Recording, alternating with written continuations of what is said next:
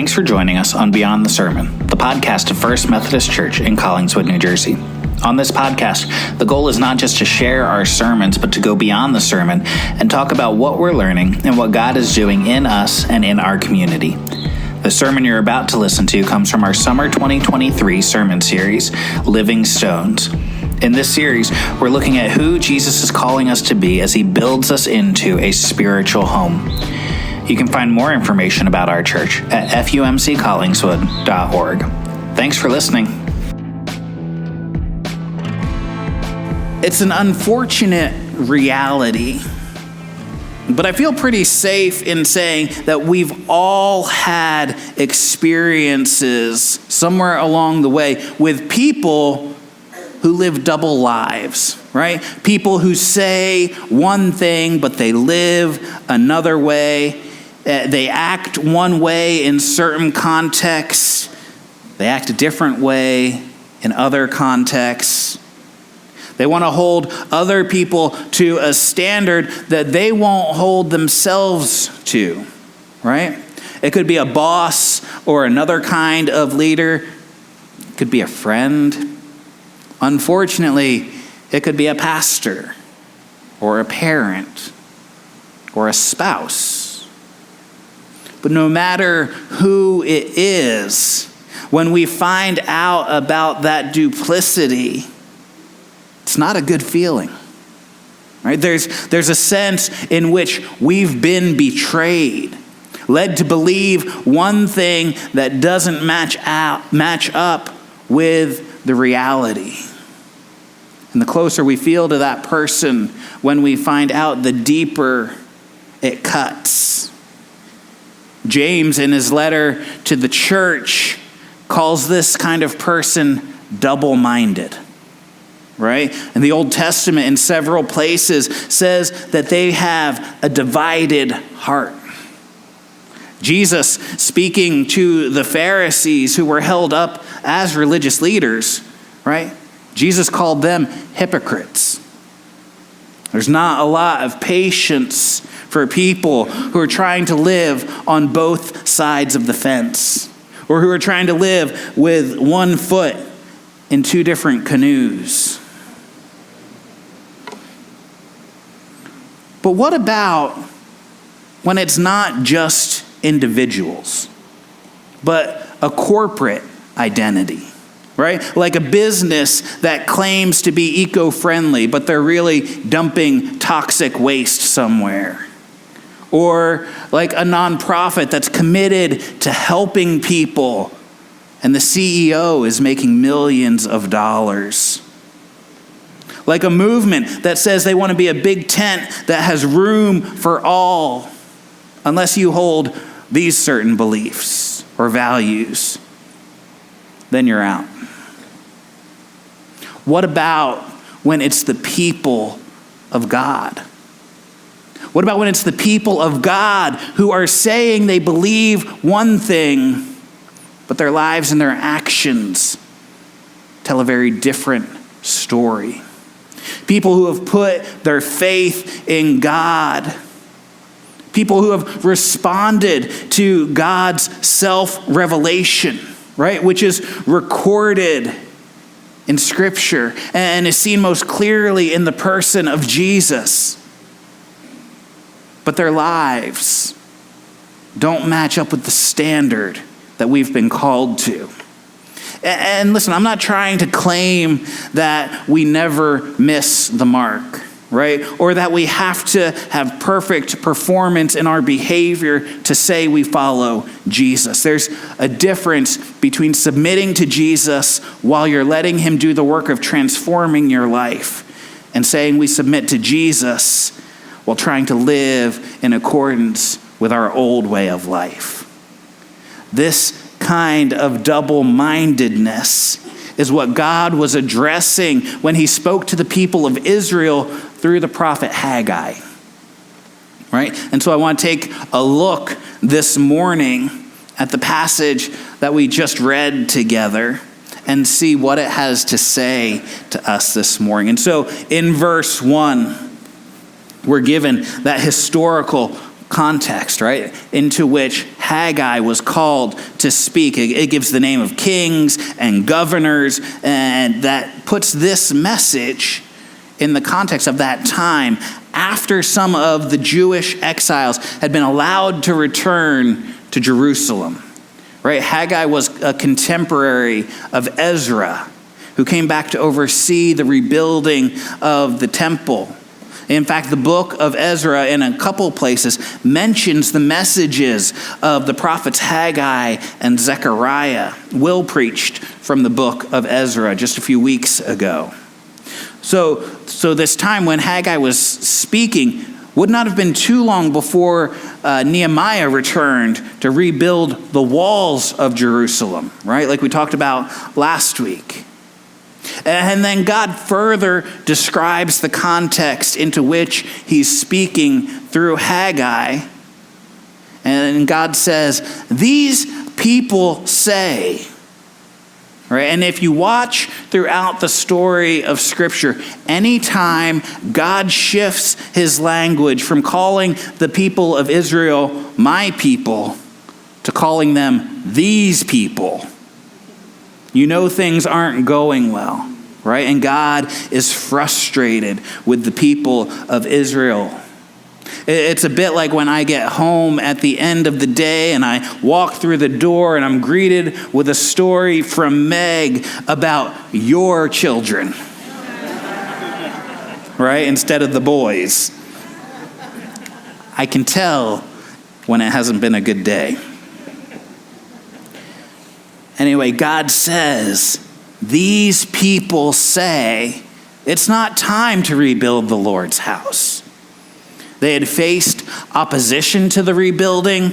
They had become discouraged in the work, and they had given up. Well, they had at least given up on rebuilding the temple, right? They had no problem continuing the work on their own homes. Not just the rebuilding, but to decorate and make it nice. That's what it means by living in paneled housing, right? They weren't just nice painted stone walls. They were paneled with fine wood. This wasn't an issue for the Israelites of resources. They had plenty of resources to build nice homes for themselves. This was an issue of priority and significance. The people had come back to reclaim their homeland, to rebuild their city, and to restart the worship of the Lord. But when push came to shove, they became content with building their own homes. So God continues his message to the people through Haggai. He says, give careful thought to your ways. Pay attention, he says, to how you're living your lives. Stop and notice what is going on. See, because their intentions and their realities didn't match up. They were planting much, but harvesting little. They were eating, but they were never satisfied. They drank, but were never filled. They were clothed, but they weren't warm. They were earning, but their wages were falling out of pockets, falling out of holes in their pockets. They were busy and striving, but it didn't matter because their priorities were wrong. They weren't living according to what they said they believed, what they said mattered to them. And so God says, the reason you can't get ahead is because I'm withholding my blessing, because you haven't been faithful to honor me. They were being double-minded. Their hearts were divided. They said they honored God, but they had made providing for themselves the priority. God had been clear all through the covenant that he made with the people of Israel that if they honored him, if they lived the way that he was calling them to live, if they would worship only him and not the gods of all their neighbors, if they would just put him first, then he would provide everything they needed. And not just what they needed, he would bless them with abundance.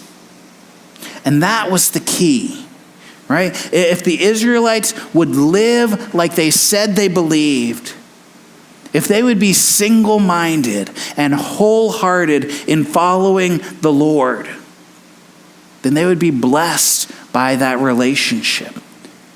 But if they tried to give lip service to God while their hearts were far from him, as Jesus accused the Pharisees of when he quoted from the prophet Isaiah, then they were going to spend their lives striving and struggling. And friends, I don't think this is just an ancient Israelite problem. Right? It's too easy to look around and find churches that aren't living out what they say they believe. But I believe in the church that Jesus is building us into. Jesus wants us to be a church that lives what we say we believe. So what does that look like for us here in Collingswood in 2023? I mean, we've already got a really big church building, right? So that's not the issue for us. I think it begins first and foremost with something we spoke about earlier in this sermon series. If we're going to live what we say we believe, we've got to put Jesus right at the center of everything we are and everything we do. Friends, if it doesn't help people get closer to Jesus, I don't want to waste our time doing it.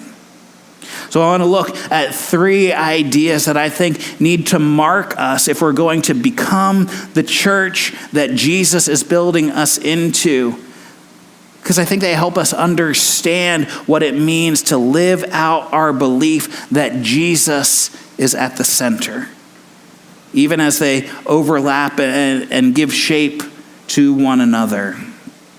So if we're going to live what we say we believe as a church, this is number 1 if you're taking notes, we've got to be biblically faithful, right? We serve a God who has chosen to reveal himself in various ways. Now, some of those ways are more general, right? God has revealed himself in creation and what he's made. His eternal power and divine nature, Paul told the Romans, have been clearly seen, being understood from what has been made. But other ways that God reveals himself are more specific, right? God reveals himself in his mighty acts of salvation, in rescuing his people from slavery in Egypt, which, as I already mentioned, is where we're going to be living this fall. But God revealed himself in those actions. And those acts were recorded in writing in what we know as the Bible, right? And ultimately, God himself put on flesh and was incarnate in Jesus. The Word became flesh and dwelt among us. And the Gospels revealed to us 2,000 years later who God revealed himself to be in Jesus. And as Paul told Timothy, all Scripture is God-breathed and is useful for teaching and rebuking, correcting, and training in righteousness. So we don't get to pick and choose which parts we believe and which parts we follow. We must remain faithful to who God has revealed himself to be in Scripture and who he calls us to be as his people, if we're going to become the church that he's building us into. And we have to do that while at the same time striving to be culturally aware. Right? That's number 2, culturally aware. We need to, as Karl Barth once said, take our Bible and take our newspaper and read both. I don't think there's anyone here today who thinks that the world is the same today as it was 60 years ago, or 500 years ago, or 2,000 years ago. And so we've got to take those realities seriously. Not because we need to try to change who God is or what the Bible teaches us to something that's more in line with what the culture says, but because the truth of the gospel has something to say to the issues and questions of each generation. And when we try to answer the questions of today's culture with yesterday's gospel answers, we're putting Jesus in a box, and we're not letting him speak to the central issues of today. But when we hold in balance being biblically faithful and culturally aware, then we can live what we say we believe by remaining Jesus-centered through being gospel proclaiming. It's number 3. Gospel proclaiming. Now, we can hear that phrase gospel proclaiming in a couple different ways. Right? We can either hear it narrowly and think that we need to include a gospel presentation in everything we do, right? Give people an opportunity to respond with an altar call or praying the sinner's prayer. But I think we can also think of that phrase of proclaiming the gospel more expansively. That is, that in everything we do, we're seeking to put hands and feet to the good news. That people see in the way we live our lives and the way we live our life together, the transformation that has taken place in our lives, the fruit that the Spirit is producing in us, the love that God has shed abroad in our hearts. If we're really going to live what we say we believe, friends, I think we only have 2 options. We can either change our actions to bring them into line with what we believe, or we can change our beliefs to bring them into line with how we really live. And if we're going to be the church that Jesus is building, for me, there's only one option. We've got to get clear on what we believe, and then we've got to ask Jesus to help us live that out day by day. And if we're going to live what we say we believe, then there's a number of questions that we're going to have to wrestle with that we don't have time to put answers to this morning. But questions like, are we really living our lives and our life together as a church with Jesus at the center? Does he shape everything we do and all the decisions we make? Or are we still living with a double mind? Do we really believe what Scripture teaches about God and the world and humanity? And if so, am I living in a way that invites people into the realities of the gospel? Friends, do our neighbors know we care about them? And not just about them, but we care about them getting to know Jesus. We care about their eternal destiny. Are we really living it out? Are we turning a blind eye to the shifts in the culture? Or are we trying to fit Scripture into the world's box and the world's definitions? Do my interactions, I already said that part.